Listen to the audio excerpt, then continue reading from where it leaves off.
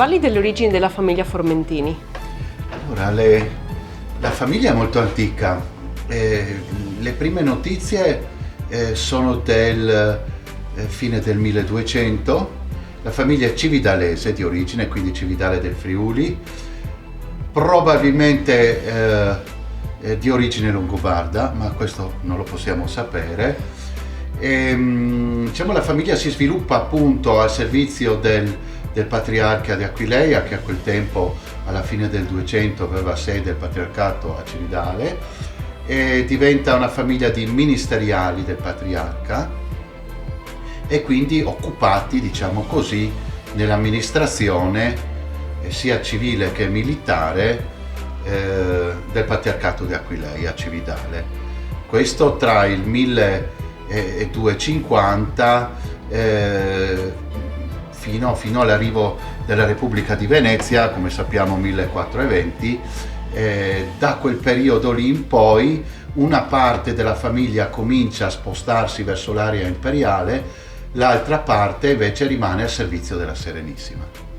In che anno i Formentini arrivano a San Floriano? Ecco, appunto, come dicevamo prima, vista l'occupazione, diciamo, veneta della Serenissima di Cividale, una parte della famiglia non ci sta. La famiglia si spacca in due parti: quella che rimane fedele, diciamo così, al patriarcato, all'impero, no? Successivamente all'impero, si trasferisce prima nelle valli del Natisone, essendo noi stati anche feudatari del feudo del castello di Tolmino, e appunto da Tolmino a Gorizia, a San Floriano nel 1520, in orbita naturalmente imperiale, e da quella volta siamo qui, sempre la stessa famiglia, nello stesso posto, nello stesso castello.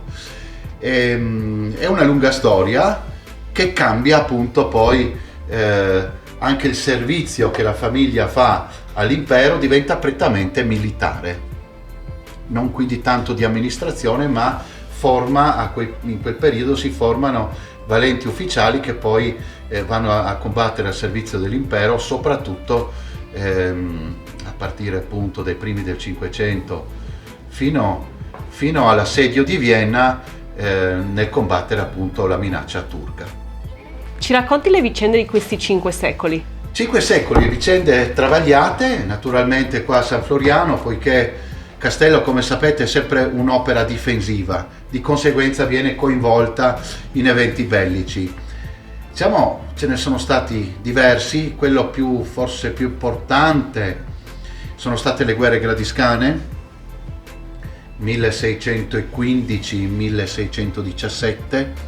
Chiaramente Castello di San Floriano ha fatto parte della struttura difensiva imperiale. La Repubblica di Venezia si espandeva in terraferma, quindi mirava a occupare anche la contea di Gorizia. I due comandanti in capo erano, se ricordo bene, il Trautzmanndorf per l'esercito imperiale e il Giustiniani per l'esercito veneto della Serenissima. Entrambi poi i due comandanti supremi muoiono in battaglia. Ma San Floriano appunto viene assediata dai veneziani. Purtroppo viene espugnato, fecero petardare la porta, quindi fecero saltare una delle 3 porte d'ingresso al paese. Le difese erano composte non da molte milizie, purtroppo a quel tempo, che dovettero cedere, e i veneziani dilagarono appunto in tutto il paese abitato di San Floriano. San Floriano non è un castello isolato in cima a un colle, ma è forse più un paese fortificato, circondato da mura e da tori, con all'interno chiesa, abitazioni, scuderie e quant'altro, e poi il mastio centrale.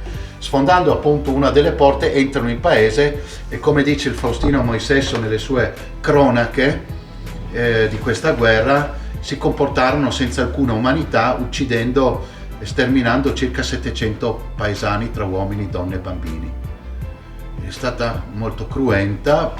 Gli antenati nostri non c'erano, e forse questo è un bene, perché forse non sarei qua a parlare, ma erano appunto, viste le situazioni diciamo belliche di pericolo, le famiglie erano rientrate a Gorizia, mentre gli uomini valenti della famiglia o combattevano appunto insieme all'esercito imperiale e una parte era anche a combattere contro i turchi nei Balcani. Quindi il castello fu occupato, ma non per molto tempo, e dice sempre il Faustino Moisesso che i veneziani portarono a Palmanova, allora fortezza appena costruita, che tutti conosciamo, 300 botti di vino squisitissimo del castello di San Floriano. Quindi già quella volta abbiamo una testimonianza che nel Coglio si facevano ottimi vini. San Floriano è stata interessata dalla Prima Guerra Mondiale. Ci racconti cosa è successo? Ecco, appunto, come dicevamo prima, gli eventi bellici, San Floriano è stata coinvolta, diciamo così, nella Prima Guerra Mondiale nelle famose 12 battaglie dell'Isonzo. Si trova nel maggio del 15 sulla linea del fronte. Fu occupato il castello di San Floriano dalla 46esima divisione italiana, che sfondò diciamo il fronte che era ancora debole da questo sotto le colline di San Floriano, e pochi giorni dopo il 24 maggio il castello appunto viene occupato dagli italiani. Diciamo che gli italiani fanno una guerra d'aggressione, mentre noi qui austriaci ci difendevamo. La storia, diciamo così, va vista da tutte e due le parti, no? Quindi si ritrova appunto sulla linea del fronte tra il maggio del 15 fino all'agosto agosto del 16, fino alla presa di Gorizia. Questo ha causato danni quasi irreparabili, perché purtroppo tutta la parte sud-est del paese di San Floriano fu raso al suolo. Anche la cinta muraria, Tre Torri, tutto ciò che guarda verso Gorizia, verso l'Isonzo, fu raso al suolo e non è stato possibile restaurare, recuperare. Rimane invece il mastio centrale, rimane tutta la parte nord esterna con le mura difensive e le torri, però purtroppo, come vi dicevo, tutta la parte verso sud non vi è più traccia. Qual è stato il ruolo del conte Michele, suo padre, nello sviluppo del turismo di San Floriano? Beh, diciamo che mio padre ha avuto un ruolo predominante anche come precursore, perché è stato, diciamo, il primo a credere nel reimpianto dei vigneti dopo le distruzioni sia della prima che anche però della seconda guerra mondiale, che ha lambito parzialmente anche il paese di San Floriano, e negli anni appunto 50 ha ricominciato a piantare i vigneti. Voi sapete che la Collio Doc, di cui mio padre credo sia l'ultimo socio fondatore ancora in vita, mio padre attualmente ha 94 anni ed è la classe 1929, e appunto nel 1964 viene diciamo così fondata la seconda DOC italiana dopo il Chianti, che appunto è il consorzio DOC Collio, di cui mio padre, come dicevo, è stato fondatore insieme ad altri. Quindi si sviluppa la viticoltura, ma con un occhio anche al turismo. C'è stata la seconda strada del vino in Italia dopo quella del Sud Tirolo, quindi lo sviluppo dell'agriturismo, l'ospitalità di campagna, e il castello negli anni, appunto nei primi anni 50, viene restaurato dalle distruzioni sia della prima che della seconda guerra mondiale, e gli viene data una nuova collocazione, non più abitazione, anche perché abitare spazi così grandi sì, non è più conveniente, ma è stato adibito ad attività turistico-ricettiva, quindi un'attività di ristorazione, di produzione vini e anche di ospitalità di camere. Ci parli del castello ai giorni nostri e i progetti per il futuro? Sì, diciamo che abbiamo raccolto appunto l'idea di mio padre, e attualmente i nostri figli Maximilian e Alexander, ormai adulti, hanno la piena gestione di tutto il complesso, quindi quello che riguarda l'azienda agricola, il castello che è diventata una notissima sede, diciamo così, location per fare matrimoni con cucina interna. Noi non lavoriamo con catering esterni, siamo una delle poche, se non l'unica location per matrimoni che non lavora con i catering. E nei progetti futuri dei nostri due figli c'è appunto lo sviluppo ancora del settore wedding, ma anche l'ampliamento della ricettività, diciamo così, alberghiera, che potrebbe diventare non solo camere, ma anche quello che viene chiamato adesso l'albergo diffuso o il glamping, quindi delle casette magari in legno in mezzo ai vigneti, altri modi di creare un'ospitalità appunto per soggiornare, per dormire, che non siano le solite camere che comunque abbiamo già, no?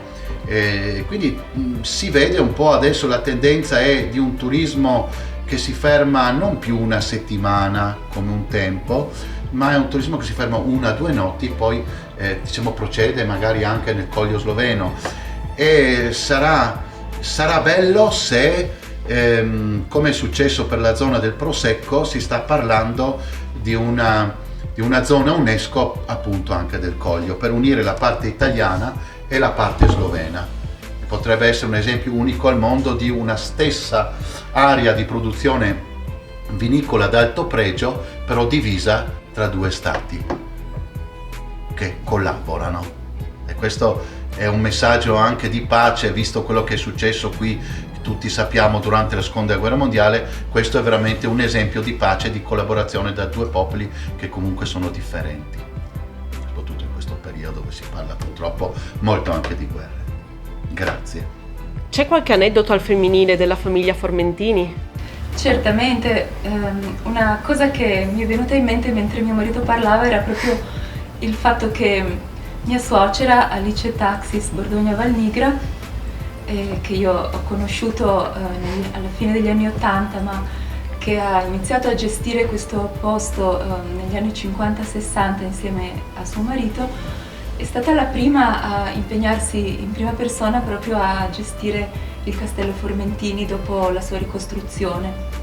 E l'aneddoto particolare che vorrei raccontare oggi è che quando io frequentavo le scuole medie, una professoressa di lingua italiana, la professoressa Olivatti della scuola Virgilio, aveva parlato di mia suocera che, pur essendo imparentata tramite la madre, che era una principessa Sassonia-Coburgo, con la regina d'Inghilterra, era in prima persona impegnata a servire le bevande, i bicchieri di vino agli ospiti al Castello Formentini, e l'aveva citato come esempio di dignità del lavoro anche per una persona così altolocata, e a me aveva colpito molto a suo tempo. E poi ho avuto modo anch'io di impegnarmi in prima persona in questa famiglia, essendo madre di 3 figli e vivendo qui da più di 30 anni ormai, e quindi la prendo come esempio.